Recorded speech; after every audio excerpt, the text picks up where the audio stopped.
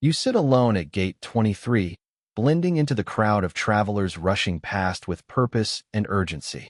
Your faded jacket carries a small pin, a trident, that once marked you as one of the nation's most elite warriors. But now, decades later, you feel invisible, just another elderly passenger waiting for a delayed flight. Around you, the airport buzzes with noise and movement. Families reunite, business people hurry to meetings, and the world spins on without a second glance in your direction. You watch silently, carrying memories that no one here could understand, memories tied to that tiny pin on your chest. Across the terminal, a young Navy SEAL catches sight of the symbol.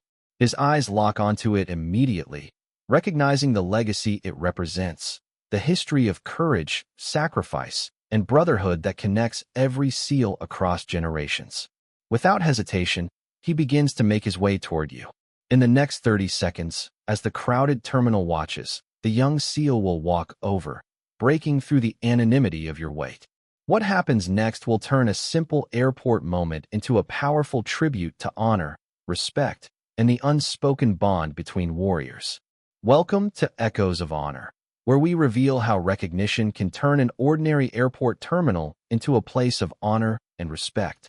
Before we continue this moving story, tell us in the comments from which city in the world are you watching this video today. And if you think stories like this need to be heard, hit that subscribe button to support the channel.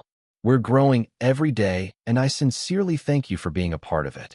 Denver International Airport buzzed with the controlled chaos that marked any major transportation hub on a Tuesday afternoon in late September. Delayed flights, frustrated passengers, crying children, and the general stress of modern air travel created an environment where individual stories disappeared into the larger narrative of thousands of people trying to get somewhere else as quickly as possible. Senior Chief Petty Officer Robert "Doc" Henderson sat quietly in the waiting area of Gate 23, his boarding pass for Dallas tucked carefully into the breast pocket of his worn but meticulously clean shirt. At 77 years old, Doc moved with the measured precision of someone whose body had endured more punishment than most people's ever would, but whose mind remained sharp and alert despite the accumulated fatigue of decades spent in service to his country under the most demanding circumstances. Doc's appearance was deliberately unremarkable by civilian standards. Pressed khaki pants that showed their age but were maintained with military precision, a simple button-down shirt that was faded but spotless, and a brown leather jacket that had seen better decades but was cared for with the kind of attention to detail that spoke to military habits that never truly disappeared even in retirement.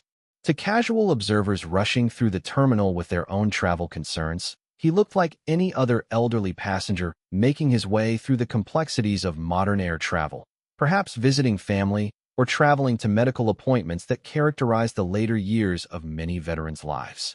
But Doc's jacket carried a small pin that told a vastly different story for those who possessed the knowledge and experience to read its significance. The Navy SEAL trident, barely visible against the dark leather and positioned with the kind of precise placement that marked military attention to detail, identified him as a member of one of the most elite military units in American history. The pin was understated, almost hidden, reflecting Doc's lifelong preference for anonymity in civilian settings where his extraordinary military background would only generate questions he preferred not to answer.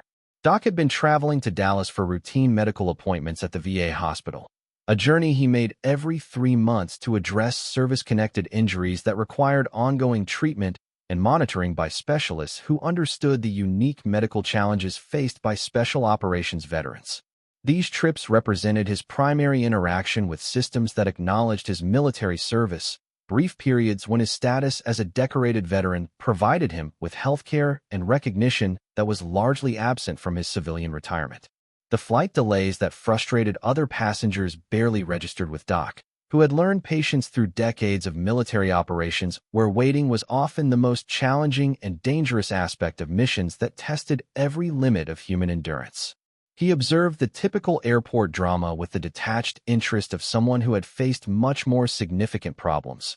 Business travelers checking phones anxiously, families managing restless children, gate agents making apologetic announcements about mechanical issues that would extend their departure time indefinitely. Around him, The predictable patterns of civilian travel stress played out in ways that reminded him how different military and civilian cultures approached adversity and uncertainty. Where civilians expressed frustration and impatience with circumstances beyond their control, Doc's military training had taught him to adapt and overcome, to find ways to use waiting time productively rather than wasting energy on situations that couldn't be changed through complaint or anger. 3 gates away, Petty Officer Second Class Michael Torres sat with his own travel concerns, dressed in civilian clothes, but carrying the alert bearing and constant environmental awareness that marked active-duty military personnel, even when they attempted to blend into civilian crowds. Torres was a Navy SEAL with 6 years of service, currently traveling between training assignments that would prepare his team for deployment to the Middle East, where they would conduct counterterrorism operations.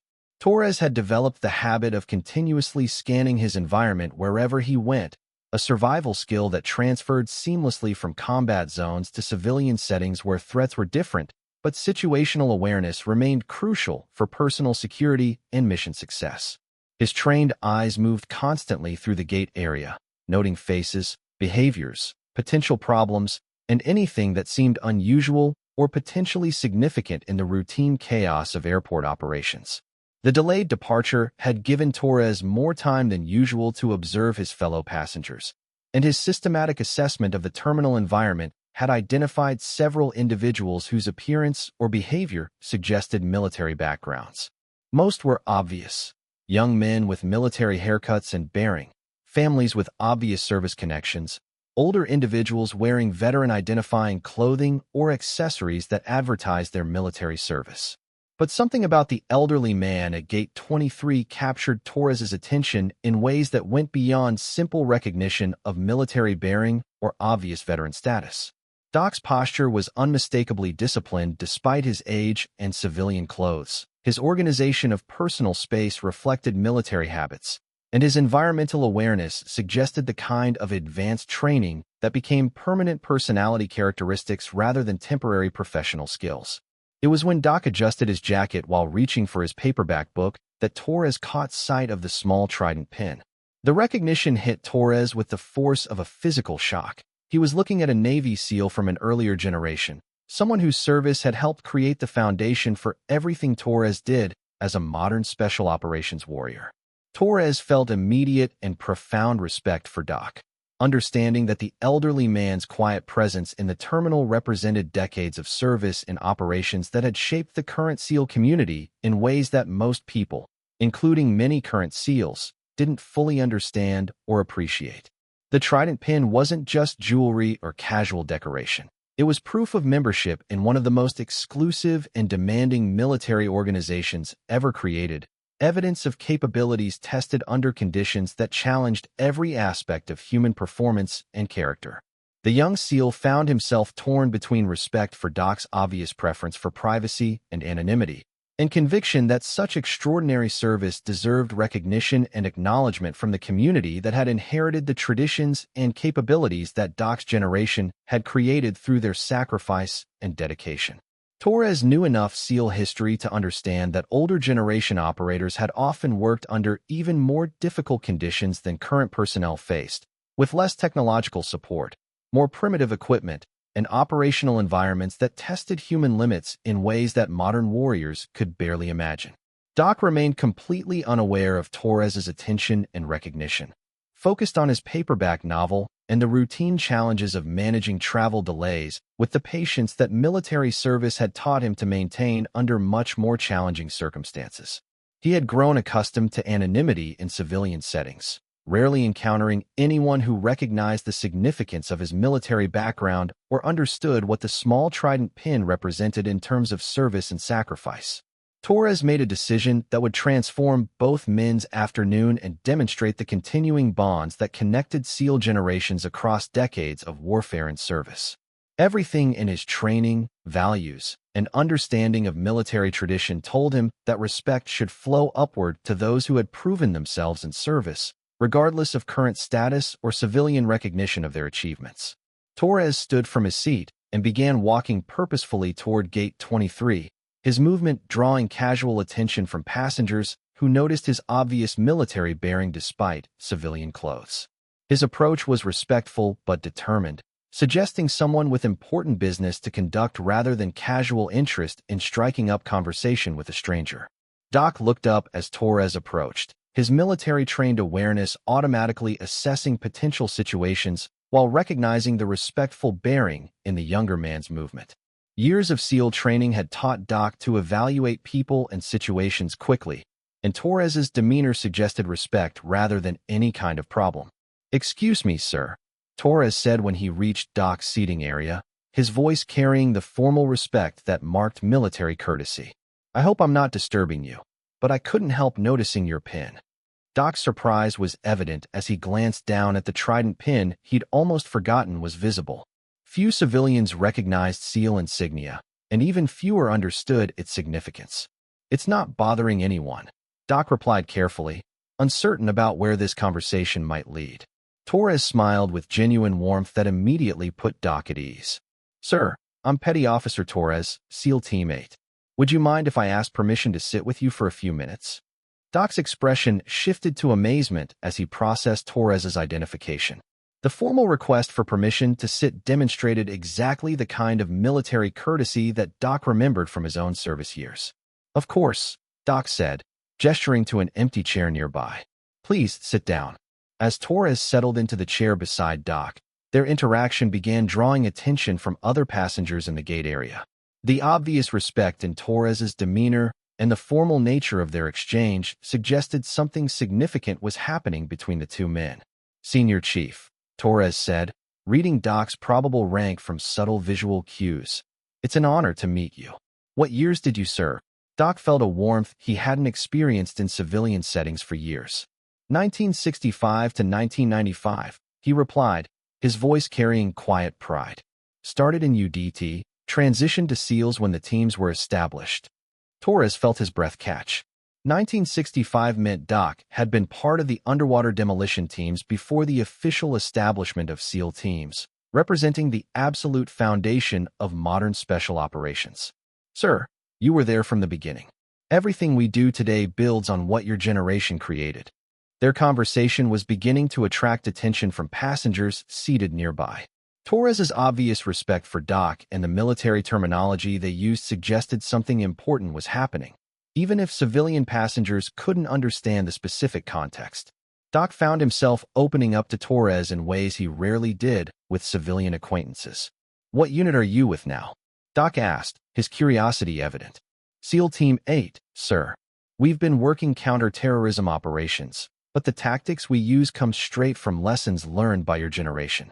The close-quarters combat techniques, the maritime interdiction procedures, the leadership principles, all based on what you men developed."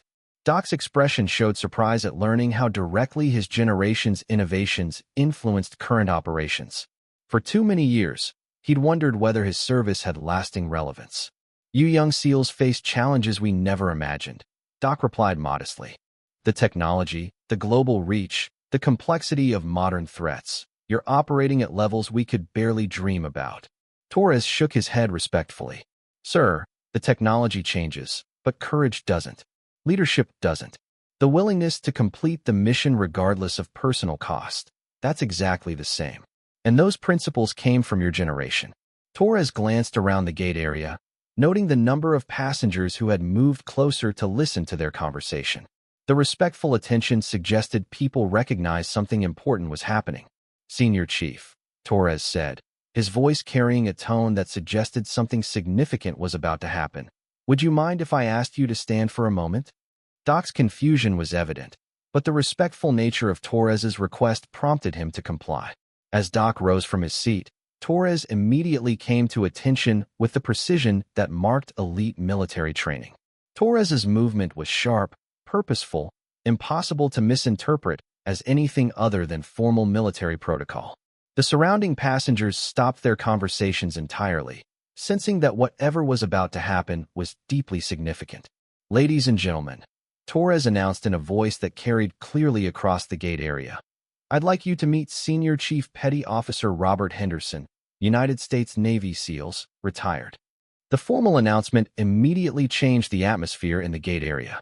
Business travelers looked up from their phones. Families stopped managing restless children, and even gate agents paused their work to observe what was happening.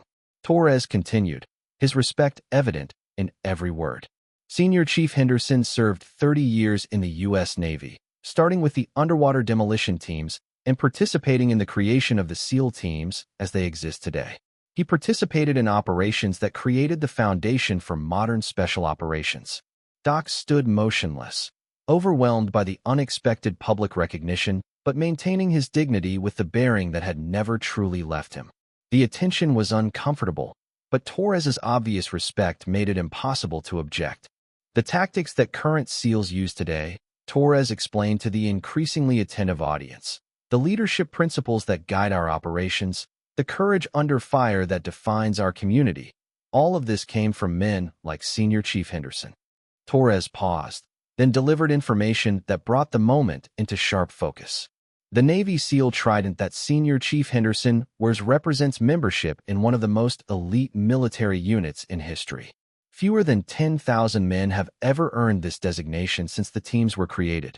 A businessman near the front lowered his phone completely. A mother with young children moved closer, understanding that her family was witnessing something educational and important. Torres looked directly at Doc as he continued. Senior Chief, everything we do today honors the sacrifices and innovations of your generation. When my team conducts operations, we're using tactics that you helped develop. When we train new SEALs, we're teaching leadership principles that came from your experience. Torres then executed a perfect military salute to Doc, holding it with unwavering precision while addressing the crowd. Senior Chief Henderson represents the finest traditions of American military service. His sacrifice, his leadership, and his dedication to duty created the foundation that allows current warriors to protect and serve our nation. Doc's response was automatic, returning Torres's salute with muscle memory from decades of naval service. For a moment, the gate area became a place where military tradition flowed between generations of warriors, witnessed by civilian passengers who gained new understanding of sacrifice and dedication. Torres lowered his salute, but remained at attention. Senior Chief, it has been an honor to meet you and learn from your experience. Would you allow me to escort you to priority boarding when our flight is called? Doc's surprise was evident, but he nodded with grace. That would be an honor, Petty Officer Torres. As they returned to their seats, the gate area remained quiet before conversations gradually resumed. But the energy had changed. What had been routine flight delay had become an encounter with living military history. Passengers began approaching Doc and Torres throughout their wait, thanking Doc for his service and expressing appreciation for what they had witnessed. Parents used the moment to teach their children about military service and respect for veterans. When their flight was called, Torres kept his promise about priority seating. The gate agent, who had witnessed the recognition ceremony, personally thanked Doc for his service and ensured his comfort throughout boarding. As they settled into their seats, Doc shared experiences that provided Torres with insights unavailable in any training manual. Stories about leadership under pressure, decision-making in crisis situations, and the mental resilience required for special operations careers. Torres absorbed every detail, understanding he was receiving education from someone whose experiences had directly influenced current tactics. The mentoring represented exactly the kind of knowledge transfer that strengthened military communities across generations. The relationship that developed extended far beyond their airport encounter. Torres arranged for Doc to visit his team, creating opportunities for younger SEALs to benefit from his wisdom while providing Doc with renewed connection to the military community. Doc's isolation was replaced by meaningful involvement in continuing SEAL operations through mentoring that valued his experience while giving him renewed purpose. Torres and his teammates gained access to institutional knowledge that enhanced their effectiveness while honoring the man whose generation had created their capabilities. Sometimes the most important moments happen in ordinary places where recognition flows from understanding rather than obligation. Sometimes heroism sits quietly in airport terminals, reading paperback books and enduring delays with patience learned through much more challenging circumstances. Torres's decision to approach Doc created educational opportunity that benefited everyone who witnessed their interaction. The moment demonstrated how quickly anonymity could transform into appreciation when someone took initiative to honor service that might otherwise remain invisible. This story was brought to you by Echoes of Honor. Before we leave you today, here's our question. Have you ever known someone who never asked for recognition but deserved more than anyone else? Tell us in the comments what they meant to you and how you remember them. And if you think stories like this need to be heard, hit that subscribe button to support the channel. We'll see you in the next one.